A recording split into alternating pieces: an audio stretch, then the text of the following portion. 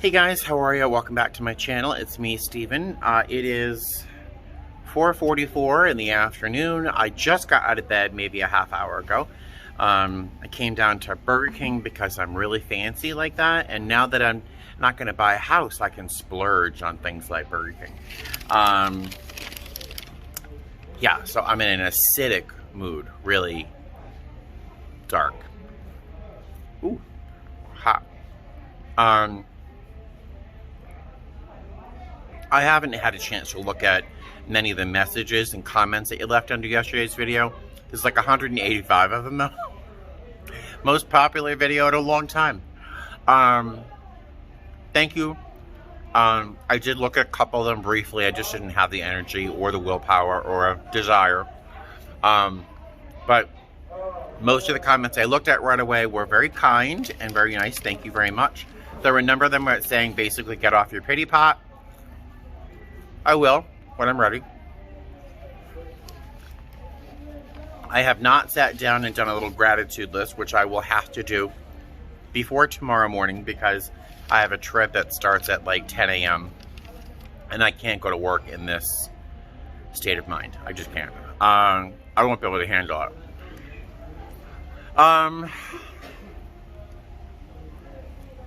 Yeah. Oh, I wanted to update you about my neighbor.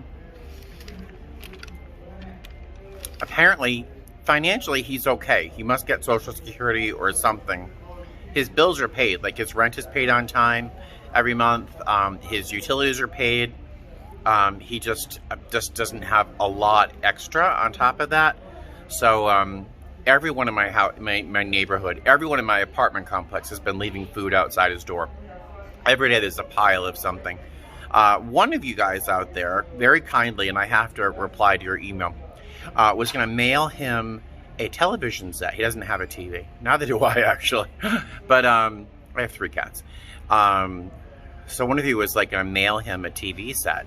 And I was going to actually just give you guys, or you especially, that person, my mailing address to mail it to my leasing office. But now that I'm staying in that apartment, I'm not ready to give up my apartment, you know, my address to you guys. But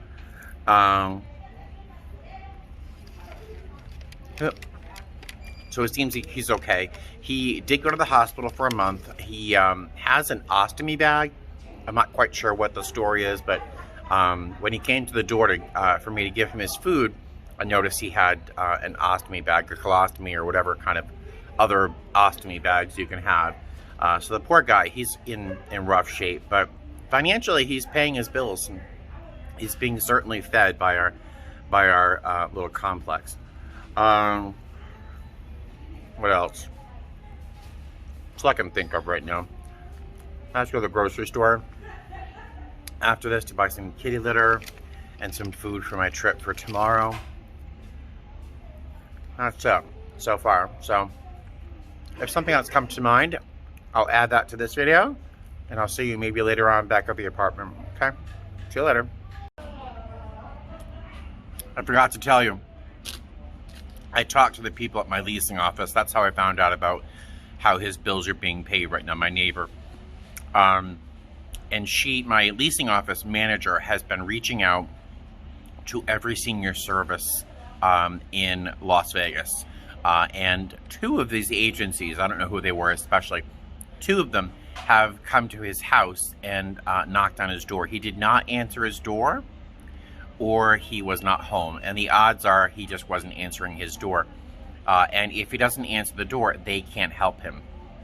Apparently, that's what the leasing office manager said. So she's going to try again. And when I said, you know, he came to the door when I knocked, and she said maybe he recognized you, but maybe he was afraid of being taken away to the hospital or something. I don't know. But so she's actually reached out to a number of senior services here in Las Vegas. So there's movement on that. He's being fed.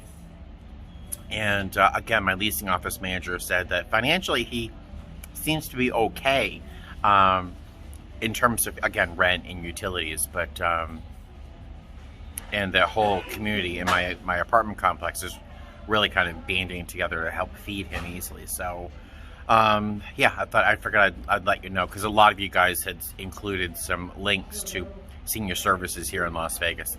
Yeah. All right. So that's all in my head right now. So I'll talk to you later. He comes over like he wants a hug and he wants attention and love. And then I get him up here for like 5 seconds and he wants down again. Hi, sweetheart. Want to say hi to your friends? They love you. See? They love you. Okay. Hey guys. So today has not improved. Outside of my cats, because the cats have been great today. I think they must somehow sense that I'm not really in a good place. But the day has not improved. Leaving Burger King, I walked over to Vons. Hi, sweetheart.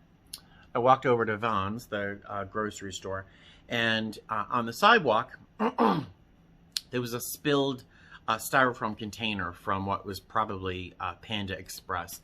And there was like lo mein noodles or something spilling out. And I passed by it thinking, oh, gee, the pigeons will have a great time with that tomorrow morning. Because I spend a lot of time sitting at bus stops in Las Vegas, because, you know, I'm so sexy. I get to learn the habits of pigeons. And I am guilty of feeding pigeons once in a while, which I guess is illegal in Vegas, but whatever. So I'm thinking the pigeons are going to have a great time with that tomorrow morning. And so I pass by and I go to the grocery store and I pick up some kitty litter and some frozen, some pasta and some hamburger meat and some cheese.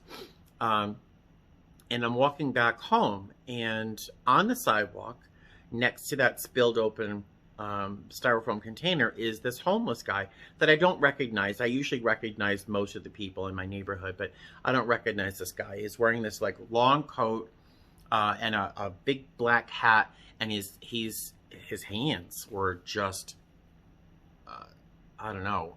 And he's picking through the lo mein. He's sitting cross-legged on the sidewalk next to that container, and he's picking through the lo mein or whatever the noodles were, and he's eating stuff out of that spilled container on the sidewalk. And I'm thinking, I have no cash. I have no food that's edible in any state. I have cheese. I had cheese in my bag. I could have given him the cheese. And so I skirt around him because I just was so uncomfortable, which in itself makes me feel like a rotten human because I just walked around him, you know. I didn't know what my choices were, but so I skirt around him next to the $2 shoe store. Remind me to mention that store one day. It's a shoe store. Everything's $10, but not $2. But I skirt by in their parking lot to get around him, and I'm getting home, and the image of him sitting there eating food off the sidewalk, wet food off the sidewalk, you know, is just weighing on me. And I'm thinking, I haven't had a chance to read all the comments. You guys have left a lot of comments. I did skim over a couple of them briefly. I just don't have the energy right now to read them. And I will read every single one of them. But I did skim over some, and I saw like, God has your back. God will take care of you. God is good. You know, good things are planned for you. He's got a plan for you. This is going to work out. Things are going to work out for you. And I'm walking home with the image of this man on the sidewalk burned into my eyeballs, thinking, God is so good, and he has such a plan for all of us, and he's going to take care of me because I'm a good guy, because I take care of cats, you know, and so God's going to be on my side, and there's got to be a plan for me. And I'm thinking, like, where's the plan for this guy, you know? And he's not the only one. Trust me. There was a couple at Burger King. I had to buy them. They were going to buy a large French fry to split between the two of them. And he's like, do you want something else? She's like, do you have enough money? And I'm like, I'm standing there, you know, facing getting my down payment back from my house. I'm like, hey guys, can I, like this couple, they have a 2-month-old baby who's got this rash all over her face and her ears. And it's like, and they're struggling to buy French fries at Burger King. And it was like, I'm thinking, God having a plan and for me, and that he'll be taking care of me. What about these people? You know, what about what's happening What's the plan for them? Why are this young couple struggling to even buy French fries at Burger King, and this guy sitting on the sidewalk eating leftovers out of a spilled container? Where is the happy ending for them, you know? So I know that quite a few of you wrote, well, God has a plan. I'm hoping that brings you comfort, because for me, that's not a comfort. That's no comfort. You know that I've talked about my higher power, hey you. I really do feel hope. I don't know if I believe right now, but I kind of hope. How depressing is this video? That I've been nudged. Sometimes it feels like I've been nudged in certain directions. Like I didn't aim to be a flight attendant. Some of you have said, oh, gee, Stephen, that's something you did. You became a flight attendant. You know, and I didn't aim to be a flight attendant. I happened upon the position really totally by random luck, because I was applying for everything. I was just, you know, living in a minivan. Yes, I did make it through training, but man. So a couple of things have happened for me. That, you know, I haven't starved, that did recover from being injured by, you know, in a mugging. There have been a couple of things that I feel like a higher power is kind of nudged in some direction, but I really don't have any faith today that I'm being taken care of, or that God has a plan, that there's a better house out there for me. You know, that's just not feeling like a real warm, cuddly blanket. Honestly, if it comforts you guys, I'm glad. I'm glad. It does not feel supportive to me today. So, boy, am I gonna even post this? This is so depressing. Yeah, I will say a silver lining. I've always tried to look for silver linings. Oh, you didn't see. Eleanor just ran by. Looking for silver linings, looking for small comforts. And when I came in from the grocery store with that image of that man still like hovering in front of my eyes, Claire came down from where she was setting up here, and she sat down into the middle of this pile of white tissue paper. I think I've described it before. I may have even shared an image of Eleanor lying in it. But Claire walked down very delicately. She's a very delicate cat usually, but then you see her jump up there like a rocket, and she kind of sort of placed herself in the tissue like a little hen, and then she kind of rolled over and looked up at me with these big blue eyes, and she just made herself available for me to kind of scratch and to love on her a little bit. And she loves being loved. She loves attention, and just for that moment of just scratching her belly and scratching her back, and her just seeming to luxuriate in the comfort of my attention, allowed me to breathe. And then Eleanor came over because she got a little jealous that Claire was getting attention. So Eleanor, as usual, went under the stool I was sitting on. So I couldn't quite reach her, but I could. She wanted some attention. And then Buddy saw me trying to give them attention and got really jealous and came over, meow, meow, meow, meow. Because no one can get attention without him getting attention. So my cats, once again, provided me with a comfort that just kept me feeling a little centered and a little human today. And so there's a happy thing that happened today.